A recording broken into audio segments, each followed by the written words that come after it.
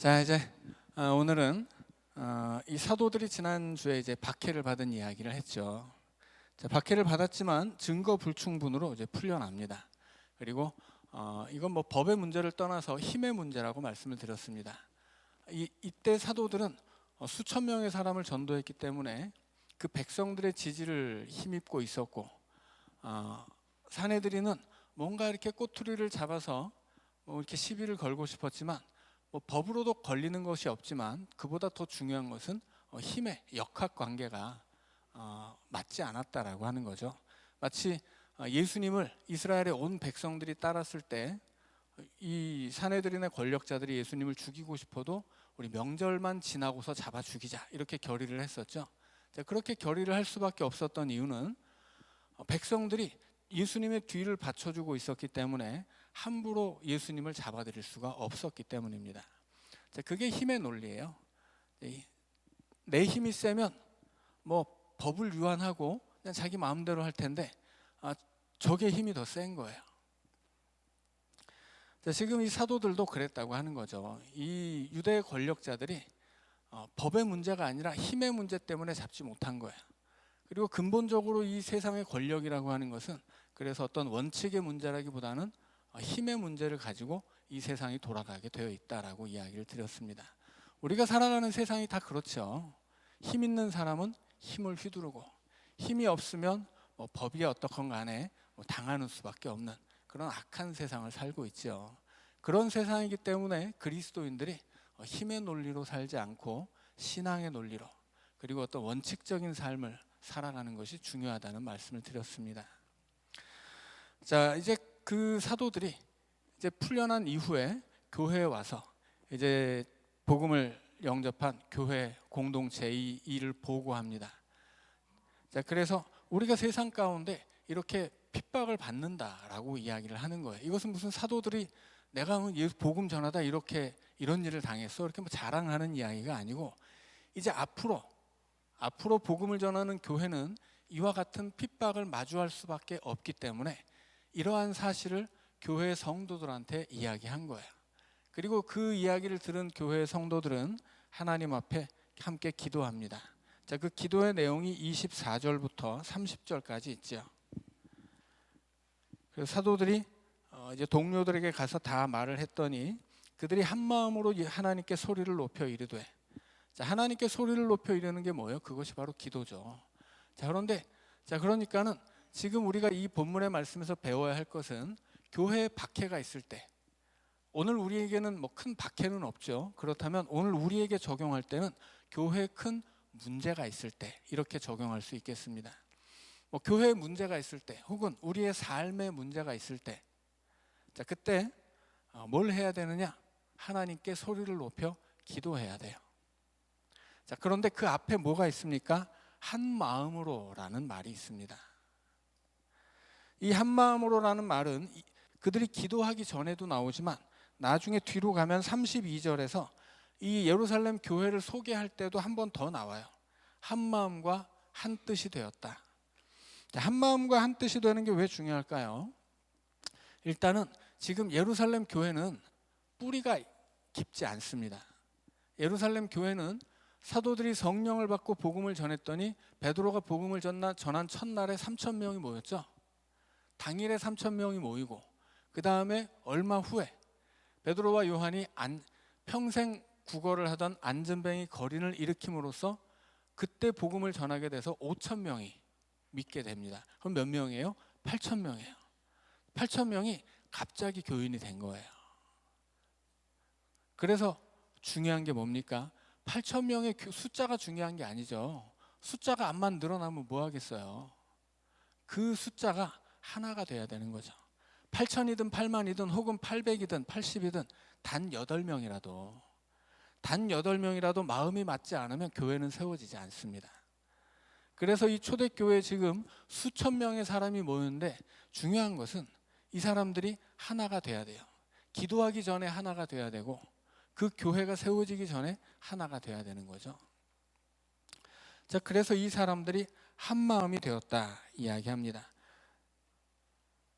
그래서 교회가 한 마음이 되어서 이제 하나님 앞에 기도하는 거예요. 가정도 마찬가지죠. 우리 가정에 문제가 생겼다. 그러면 한 마음이 되어야 돼요. 제일 안 좋은 게 뭐냐면 어떤 문제라고 하는 것은 항상 원인이 있거든요. 그렇죠. 어떤 문제든지 원인이 있고 원인을 따지다 보면 또 사람이 나와요. 그러면 무슨 얘기가 나오냐면 네가 이랬지, 나는 저랬지, 이런 얘기가 나오게 되어 있습니다. 이렇게 되면 어떻게 되는 거예요? 이렇게 되면 그때부터는 쪼개지는 거예요. 자, 부부는 일심동체라고 하죠. 한 몸이라고 그래요. 한 몸인데 뭐 오른손이 이랬느니 뭐 왼손이 이랬는지 이거 따지는 사람 있습니까? 그런 거 없어요. 가정에서 문제를 만들지 않으려면 원인을 따지지 않아야 돼요. 결과, 어떤 문제라고 하는 것은 결과거든요. 문제가 생겼으면 이 결과를 가지고 이 문제에 어떻게 대처할 것이냐, 이걸 생각하면 되는데, 그보다 앞서서 사람들이 좋아하는 게 뭐냐면 이 문제를 누가 만들었느냐, 이 문제에 네가 얼만큼 공헌했고 나는 얼만큼 공헌했느냐, 이런 거 따지는 거 아주 좋아하거든요.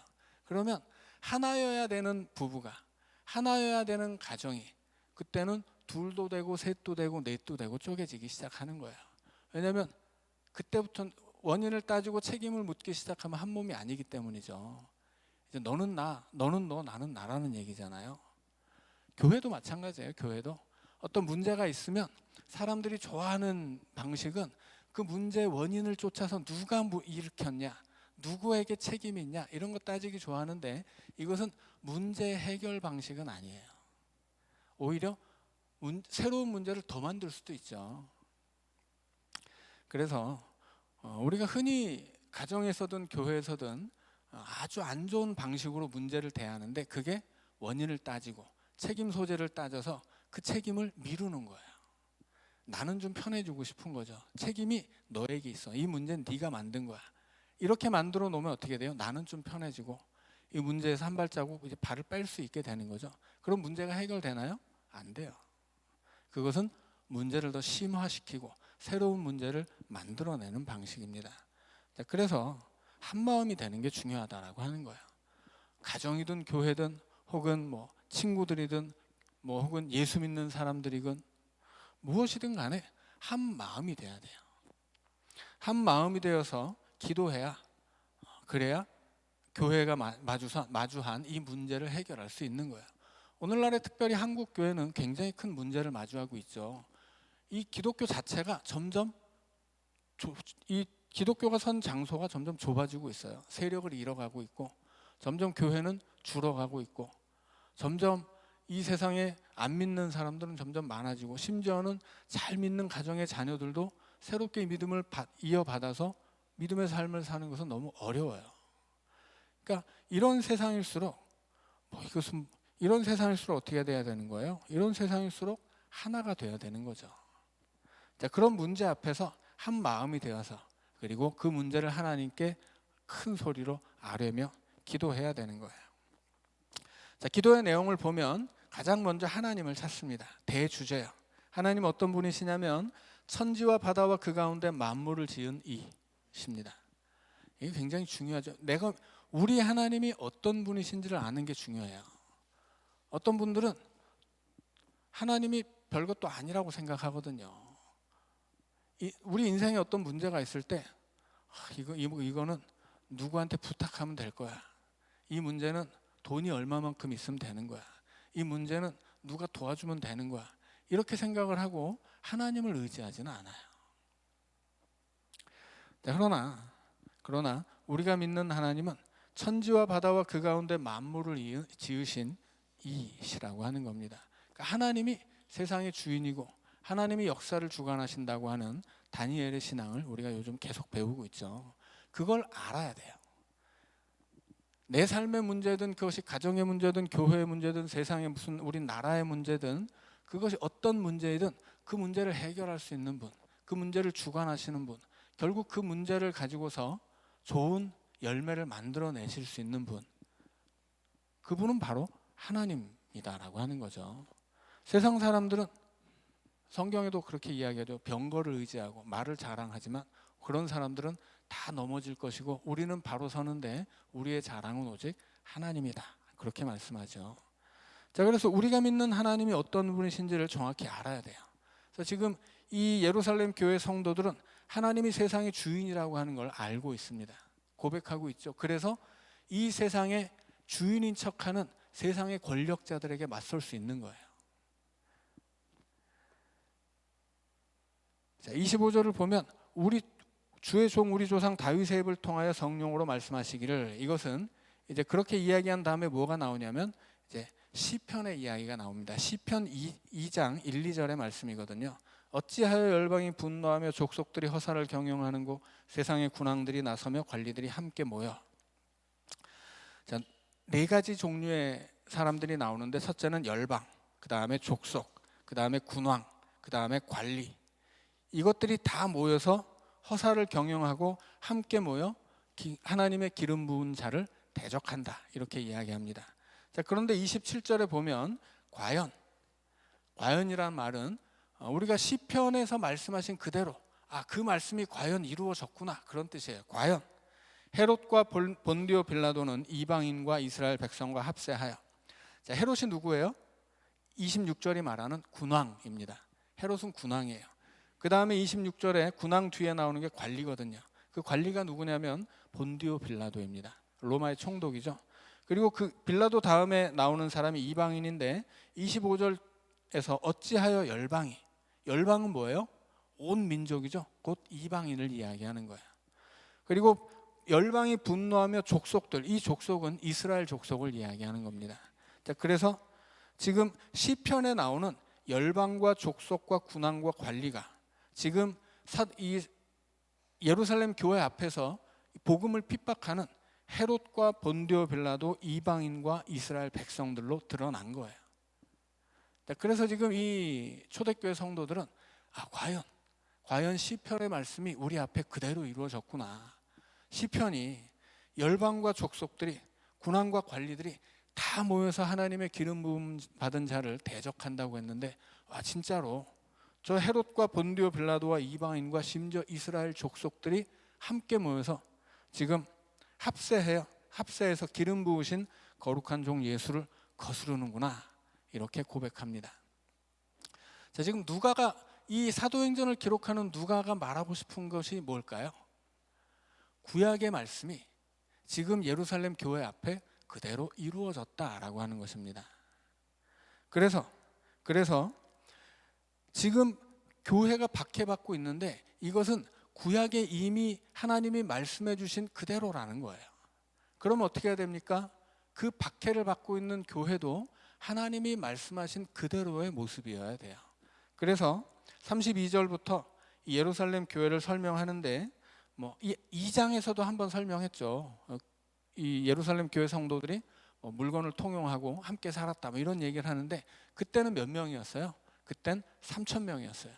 지금 몇 명입니까? 이제 8,000명 됐습니다. 그래서 한 번 더 말하는 거죠. 예루살렘 교회는 처음에 3,000명이 전도돼서 교회가 세워졌을 때도 그렇게 살았거니와, 지금도 5,000명이 추가돼서 8,000명이 되었지만 여전히 우리는 하나가 되어 살고 있다, 그 얘기를 기록하는 것입니다. 그런데 이 기록 중에 34절에 보면 그 중에 가난한 사람이 없으니 라고 이야기합니다. 가난한 사람이 없다는 말씀은 신명기에 한 번, 레위기에 한 번 나오는 말씀이에요. 신명기 15장 4절에서 이 안식년을 이야기하는 대목에서 가난한 자가 없다는 이야기가 나옵니다. 안식년이 되면, 안식년의 다른 말은 면제년이에요. 그래서 빚을 진 형제들이 있으면 안식년이 될 때는 그 빚을 조건 없이 탕감을 해줘야 합니다. 그런데 이것이 아무한테나 다 그렇게 해주는 게 아니에요. 이방 족속들에게는 받아도 돼요, 빌려준 거.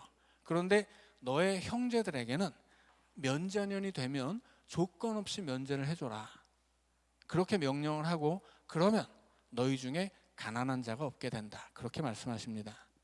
그래서 지금 이 예루살렘 교회에 대해서 누가는 그 중에 가난한 사람이 없다라고 이야기해요.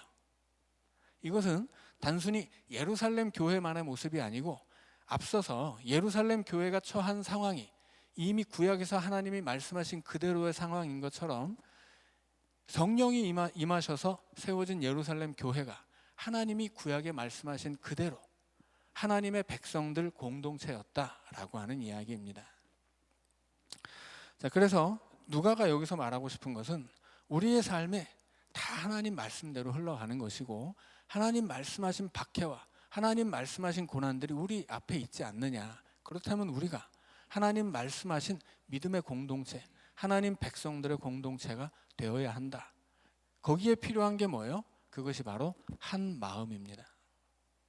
한 마음이 되어서 기도하고, 한 마음이 되어서 기도한 결과로 성령이 임하니까 복음을 전하고, 한 마음이 되어서 물건을 통용하고, 한 마음이 되어서 자기 것을 주장하는 사람이 하나도 없어야 되고, 그래서 결국은 이 한 마음이 될 때 교회는 바르게 서는 거예요. 예수님도 제자들에게 말씀하시죠. 너희들 서로 사랑하라. 그래야 세상 사람들도 너희가 내 제자인 줄 알 것이다. 그것이 요한복음 13장의 말씀이에요. 13장 34절 35절의 말씀이죠. 제가 지난주일 어린이부 가서 설교했기 때문에 정확한 구절을 기억하고 있습니다. 예수님의 제자들에게도 필요한 게 뭐예요? 서로를 사랑하는 거예요. 왜? 지금 온 세상이 다 적이니까. 지금 온 세상이 합심해서 예수님을 죽이고 있고, 예수님의 제자들도 또 잡아다가 죽이려고 하잖아요. 그래서 그들은 도망칠 수밖에 없었거든요. 그러니 지금 필요한 건 뭐예요? 너희들이 하나가 되는 것이다. 온 세상이 너희들의 적이 되었으니 너희들이 하나가 되어서 견뎌라, 이겨라. 그렇게 말씀하시는 거죠. 오늘 우리가 살아가는 세상에서도 마찬가지죠. 교회는 그래서 하나가 돼야 되는 거예요. 이 세상은 교회의 적이거든요. 왜냐하면 다른 세력이에요. 다른 세력. 우리는 하나님의 세력이고, 저쪽은, 세상은 악의 세력입니다. 사망의 권세예요. 그러니 세상 앞에서 교회는 언제나 적이에요. 교회가 잘하든 잘못하든 상관없이 교회는 잘해도 세상의 적이고 못해도 세상의 적입니다. 그러니까 교회는 항상 세상 앞에서 하나가 되어야 돼요. 한 마음으로. 자, 그렇게 한 마음이 되어서 하나님 앞에 기도하는데, 하나님의 말씀대로, 그 하나님이 이야기하신 그대로 이 세상이 합심해서 하나님 백성들을 지금 대적하고 있는데, 그 하나님의 권세를 대적하는 자들, 시편이 이야기했던 열방과 족속과 군왕과 관리들이 현실 세계에 있다는 거예요. 그게 누구예요? 헤롯과 본디오 빌라도, 이방인과 이스라엘 백성이에요. 그러니까 악이라고 하는 것은 관념이 아니에요. 실제예요. 악이라고 하는 것은 어디 마음 깊숙한 데 숨어 있거나, 혹은 뭐 세상 어딘가 우리가 모르는 곳에 안개처럼 흩어져 있는 것이 아니라 아주 실제적으로 우리 앞에 드러나 있다라고 하는 거죠. 지금 헤롯은 누구예요? 권력을 잡은 왕이잖아요. 본디오 빌라도도 마찬가지죠. 지금 로마의 지배를 받는 이스라엘 체제, 그 식민 지배를 지금 경영하고 있는 로마의 체제가 지금 악한 권세가 되어서 교회를 박해하고 있는 거예요. 자, 거기에 이방인들과 이스라엘 백성들이 합세한 상황이죠. 그러니까 이 하나님을 대적하는 악한 권세는 그냥 어디 숨어 있는 게 아니라 이 세상에 구체적으로 드러나 있는 거예요. 악의 세력들이 있는 거죠. 세상이 그렇게 악하고, 악의 세력들은 구체적이고 현실적인 문제이기 때문에 그 악한 세상에서 교회는 하나가 되어야 한다는 이야기입니다. 자, 그래서 이제 그 악한 세력이 지금 28절에 보니까 하나님의 권능과 뜻대로 이루려고 예정하신 그것, 이게 뭐예요? 그것은 예수 그리스도입니다. 예수 그리스도의 고난을 이야기하는 거죠. 그래서 예수 그리스도의 그 십자가와 구원의 사건을 이야기하는 것이고, 지금 저 세상의 권세가, 그 악한 권력이 예수님을 죽였던 것처럼 지금도 29절에 보면 주여 이제도 그들의 위협함을 굽어보시고, 지금도 교회를 박해하고, 예수님을 죽였던 세력들이 지금도 교회를 지금 박해하고 있으니 굽어보시라 하는 기도의 내용이죠. 자, 이 기도의 목적은 뭐예요? 이 기도의 목적은 담대히 하나님의 말씀을 전하게 하는 것입니다. 이 기도의 목적은 하나님, 적들이 저렇게 강하고 지금 우리를 박해하고 있는데 그럼에도 불구하고 우리가 하나님의 말씀을 전하게 해주세요, 이거죠. 자, 그 하나님의 말씀을 전하기 위해서 담대해야 되고요. 하나님의 말씀을 전하기 위해서 또 30절에 보면 병을 낫게 하시고 표적과 기사가 거룩한 종 예수의 이름으로 이루어지게 하옵소서 이렇게 이야기합니다. 자, 그래서 이제 오늘은 파란색이 나오네요.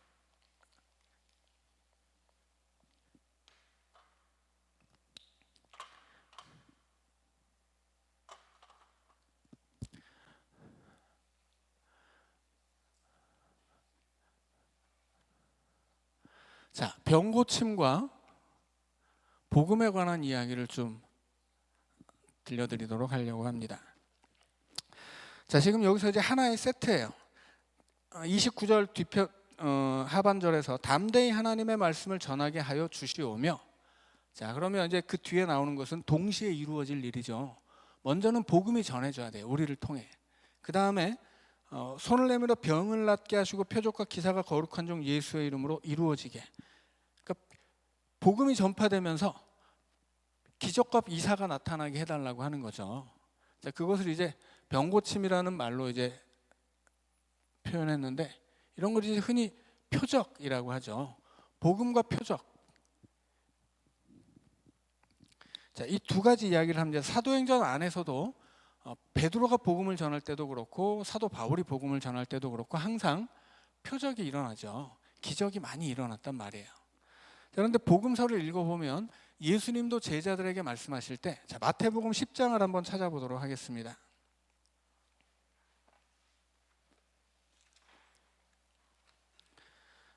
마태복음 10장 7절 8절입니다.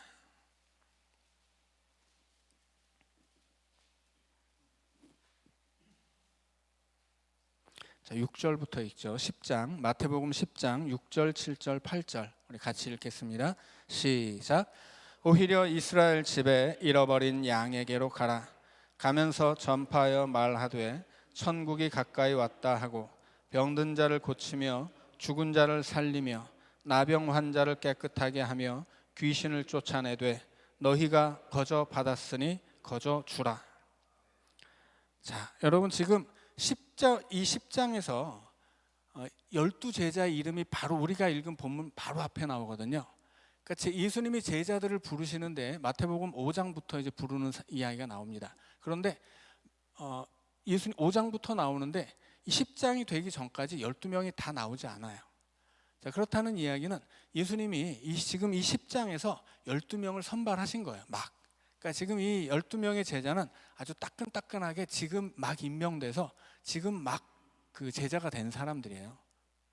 자, 그런데 지금 막 제자가 된 사람들에게 지금 예수님이 말씀하신 것처럼 병든 자를 고치며 뭐 여기까지만 해도 대단하지만 심지어 죽은 자를 살리며, 이거 가능할까요? 병든 자를 고치는 것도 어려운 일인데 죽은 자를 살릴 수 있겠습니까? 가능할 리가 없죠. 가능하지 않은 일이에요. 심지어 12사도 중에 죽은 자를 고친 사람의 이야기는 베드로밖에 나오지 않습니다. 다른 사도들이 그랬다는 이야기는 없어요. 물론 그랬을 수도 있고 그랬는데도 기록을 안 했을 수도 있지만 성경은 베드로가 죽은 자를 살린 것을 이야기하지 다른 사도들의 얘기는 없어요. 그리고 지금 이 시점 자체가 지금 복음서 안에서 제자들은 예수님이 죽을 때까지도 예수님을 똑바로 이해하지 못하는 사람들이에요. 예수님이 잡혀갈 때 도망치던 사람들이잖아요. 그런데 지금 막 제자로 세워진 사람들에게 병든 자를 고치고 죽은 자를 살리는 능력이 있느냐라고 하는 거죠. 없다라고 단언할 수 있습니다. 자, 그런데 왜 예수님은 제자들에게 병든 자를 고쳐라, 죽은 자를 살려라 이렇게 이야기하시느냐 하는 거죠. 자, 본문의 말씀, 그 마태복음 10장의 이야기를 읽어보면 뭐 병든 자 고치고 죽은 자를 살리고 나병 환자를 깨끗하게 하며 귀신을 쫓아내되, 뭐 어마어마한 이 사명을 주죠. 어마어마한 숙제를 주신 다음에 뭐라고 말씀하시냐면 너희가 거저 받았으니 거저 주라 이렇게 말씀하세요. 뭘 받았어요 제자들이? 제자들이 받은 게 뭡니까? 제자들이 귀신 들렸는데 귀신이 쫓겨났던 사람인가요? 아니면 죽었다 살아난 사람들인가요? 아니죠. 지금 이 제자들이 받은 것은 병든 자를 고치고 죽은 자를 살리고 나병한 자를 깨끗하게 하며 귀신을 쫓아내는 그런 은혜를 입은 사람들이 아니에요. 이들이 거저 받은 건 뭐예요? 그렇게 병든 자를 고치며 죽은 자를 살리며 나병한 자를 깨끗하게 하며 귀신을 쫓아내는 복음을 받은 거예요. 복음을. 이것은 복음의 능력이지 제자들의 능력이 아니라고 하는 거예요. 자, 복음은 뭡니까? 자, 7절에 예수님이 이스라엘 집에 어린 양에게 가라 하시면서 전파하여 말하되, 뭘 전파하라고 하신 거예요? 천국이 가까이 왔다. 천국은 뭡니까? 하나님의 나라죠.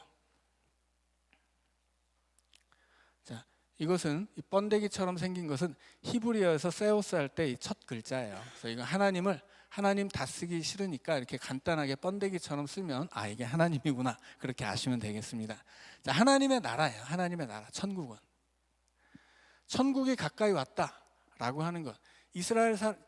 지난번에 그 유대인들이 생각하는 이 세상의 역사를 설명해 드린 적이 있어요. 이게 이제 요즘 다니엘을 배울 때 거기서도 한번 설명을 해야 되는데, 이 시대 유대인들은 이 세상의 역사를 둘로 쪼개서 생각합니다.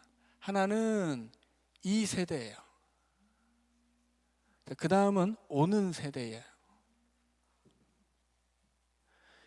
오는 세대는 뭐냐면 하나님의 나라가 임하는 거예요. 하나님의 나라가 세상에 오면 이 세대, 창조부터 하나님의 나라가 이 땅에 임할 때까지, 하나님의 나라가 임할 때 필수적으로 이루어지는 게 뭐겠어요? 심판과 구원이죠. 최후의 심판과 구원이에요. 그것이 이루어지는 시점에서 하나님의 나라가 임하면 그 이후로는 오는 세대이고, 지금 이스라엘 백성들이 살아가고 있는 시대는 이 세대예요. 죄악의 세대. 그래서 이스라엘 사람들은 하나님의 나라가 임하는 것을 기다리고 있었죠. 그 하나님의 나라를 가져오는 사람, 그 사람이 바로 메시아예요. 다니엘은 그 메시아를 인자라고 불렀죠. 인자가 하나님의 나라를 가져오면 그때부터는 새로운 세상이 열리는 거예요. 요한계시록에 쓰여진 말씀을 빌리자면 새하늘과 새 땅이죠. 그래서 이스라엘 사람들은 인자가 하나님의 나라를 가져온다라고 생각했고, 그 인자가, 메시아가 오면 새로운 시대가 열린다고 생각을 한 거예요. 그때 세상의 모든 열방은 하나님 앞에 심판을 받고 우리는 구원을 받는다, 그렇게 이제 믿었던 거죠. 그래서 이 하나님의 나라가 온다라고 하는 것은 하나님이 최후의 심판과 최후의 구원이 다가왔다라는 뜻이에요. 그러면 이 하나님의 나라가 오면 어떻게 됩니까? 심판을 받는다고 했죠. 뭐가 심판받는 거예요? 죄와 사망의 권세, 그것들이 심판을 받는 거예요. 죄와 사망의 권세가 심판을 받는데, 이 죄와 사망의 권세는 아까 말씀드린 것처럼 어디 무슨 마음 깊은 곳에 숨어 있는 그런 게 아니고 실제적인 악의 세력이에요. 그게 뭘로 드러나냐면 병든 것, 죽는 것, 나병, 혹은 뭐 귀신 들린 것, 이런 것들이 다 이 사망의 권세의 앞잡이들이에요. 그래서 예수님이 기적을 일으키실 때 그것은 단순히 병든 자를 치료하는 치유의 사역이 아니라고 말씀드렸죠. 병든 자를 고쳐주는 치료는 병원에서도 잘 할 수 있어요. 예수님이 하신 것은 하나님의 나라를 가져와서 죄와 사망의 권세를 쫓아내신 거예요. 그래서 지금 제자들에게 천국 복음을 주시면서 이거 너희들 지금 나한테 공짜로 받았으니 너희들도 공짜로 줘야 된다, 이렇게 말씀하신 겁니다. 그런데 그 천국 복음을 전하면 어떻게 되는 거예요? 그러면 하나님 나라의 복음이 전해지면서 죄와 사망의 권세가 쫓겨나는 겁니다. 그래서 그 결과로 병든 자가 고쳐지고 죽은 자가 살아나고 나병 환자를 깨끗하게 하고 귀신을 쫓아내게 되는 거예요. 그러니까 이것은 제자들에게 주어진 능력이나 혹은 제자들이 했던 일, 이런 걸 표현하는 것이 아니고 예수님이 제자들에게 맡긴 복음에 주어진 능력이에요. 복음을 전해라. 복음을 전해서 세상의 사망 권세를 물리쳐라. 이 말씀을 하신 거예요. 자, 그러니까는 오늘날에 내가 무슨 성령의 능력을 받아서 무슨 암을 고쳐주겠다, 이런 사람들은 성경하고는 아무 상관없는 무당들이라고 하는 거예요. 예수님이 하신 일은 병을 고치는 치료의 역사가 아니거든요. 그것은 하나님의 나라를 가져와서 죄와 사망의 권세를 쫓아내는 일이었고, 그래서 그것은 곧 심판과 구원의 행위였지 단순히 병을 고쳐주는 치료의 행위가 아니었다는 거예요. 그래서 제자들에게 예수님이 요구하신 일도 복음을 전하라 라고 하면서 너희들이 가서 무슨 병이든지 다 고쳐줘야 돼. 너희들은 이제 의사를 대신하는 거야. 이런 말씀을 하신 게 아니에요. 복음을 전하면 악한 세력이 다 쫓겨나는데 그 세력에 속한 질병과 가난과 고통과 그 모든 두려움, 그 세상의 부정적이고 어두운 것들은 다 쫓겨난다라고 이야기하는 것입니다. 그래서 지금 그것을 기도하는 거예요. 이 초대교회 성도들도 지금 우리에게 무슨 병든 자를 고치는 능력을 주세요. 그러면 우리가 기적을 일으키면 사람들이 믿을 거 아니에요. 이렇게 기도하는 게 아니에요. 복음의 결과가 병이 고쳐지는 것이, 복음의 결과로 표적이 일어나는 것이지 표적이 일어나서 그것을 증거로 삼아 복음이 전해지는 것이 아니라는 말씀입니다. 자, 그래서 이 기도의 내용 속에서도 병을 낫게 하고 표적과 기사가 거룩한 종 예수의 이름으로 이루어지게 하옵소서. 이것은 말씀을 전하게 해서 우리가 말씀을 전했을 때 이런 결과가 이루어지게 해주세요라고 하는 거죠. 그 원인은 뭐예요? 병 고침의 원인은 복음이에요. 하나님의 말씀. 그 말씀이 전해졌을 때, 그 하나님 나라의 복음이 전해졌을 때 이 땅에 죄로 가득한 죄와 사망의 권세가 차지하고 있는 이 땅에 그 악의 권세들이 물러난다, 쫓겨난다 하는 이야기를 하는 겁니다. 그래서 지금 이 사람들이 기도하는 것은 하나님, 우리를 통해 복음이 전파되게 해주세요. 그리고 그 복음의 전파를 통해 이 세상의 악한 권세가 쫓겨나게 해주세요. 그런 이야기입니다.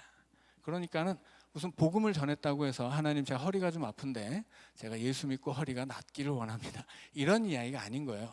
물론 기도해서 허리가 나을 수도 있죠. 그런데 그것이 성경에서 복음이 전해지고 이 기적이 일어나는 사건과 다른 거예요. 다른 것. 우리는 병뿐 아니라 어떤 삶의 여러 가지 문제를 가지고 그것을 가지고 당연히 기도해요. 그런데 우리가 그렇게 기도하는 것이 예수님이 일으키신 기적과 같은 것은 아니라는 이야기입니다. 그러니까 우리는 우리 삶의 모든 것을 가지고 기도하고 그것을 다 하나님께 맡기고 의지하는 것인데 그것과 복음을 전할 때 기적이 일어났던 것은 별 상관이 없다라고 하는 거예요. 우리가 기도하는 것은 기도의 영역 속에서 생각해야 되는 것이고 지금 이 성경 안에서 예수님이 하나님 나라의 복음을 전하면서 기적을 일으키신 것은 이것은 그것과는 좀 별개의 사건이에요. 근데 이걸 하나로 묶어버리면 어떻게 돼요? 오늘날에도 복음이 전해지면 병원은 쓸데없고 기도해서 고칠 수 있다. 이런 얘기들이 나오는 거죠. 그렇게 생각하시면 안 됩니다. 아프시면 병원에 가야 돼요.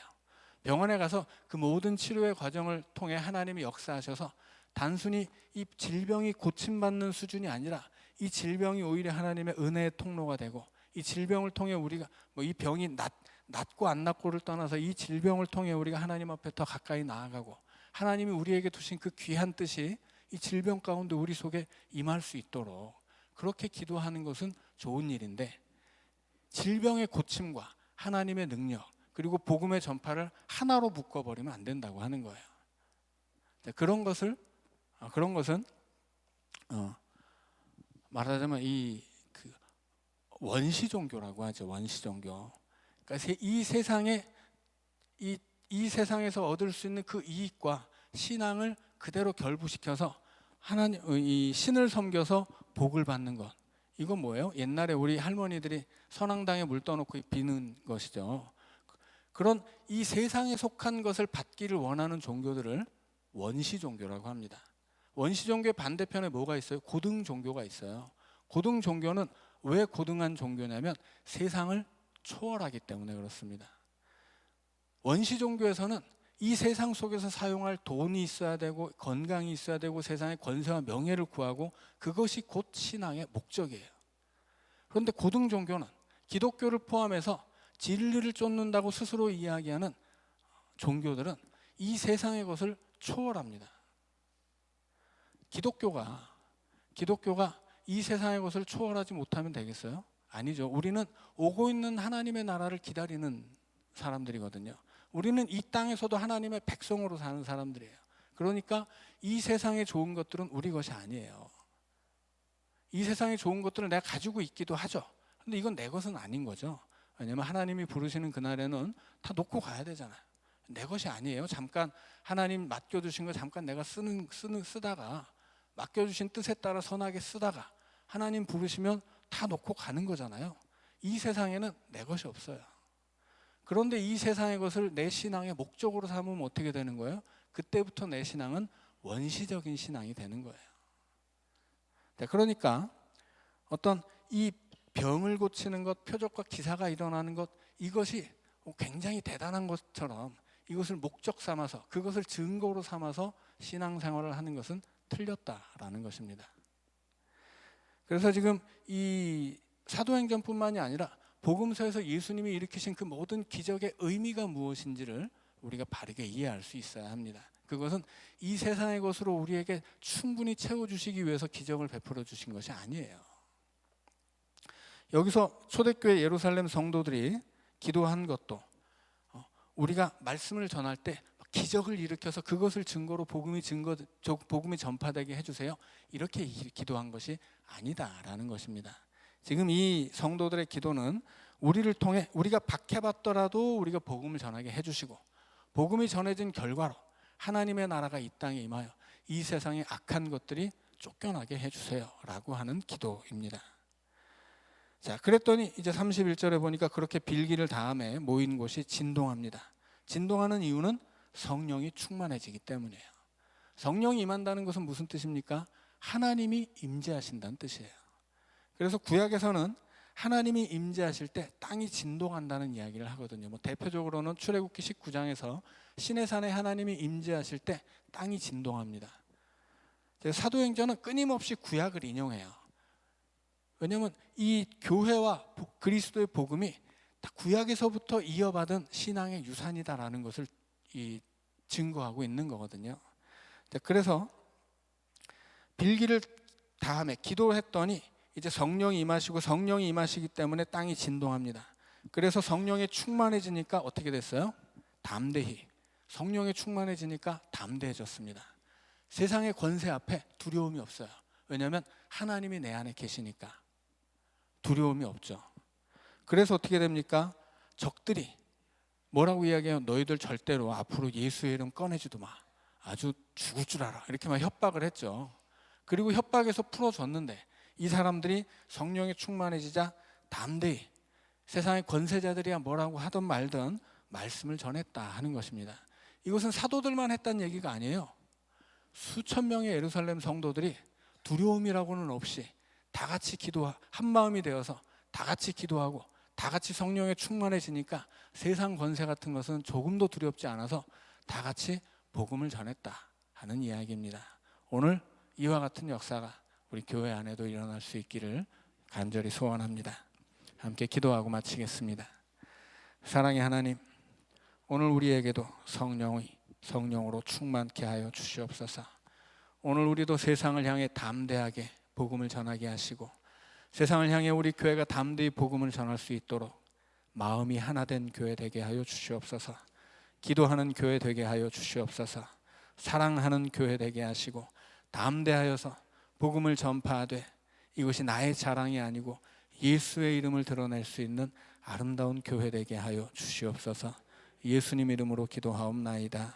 아멘.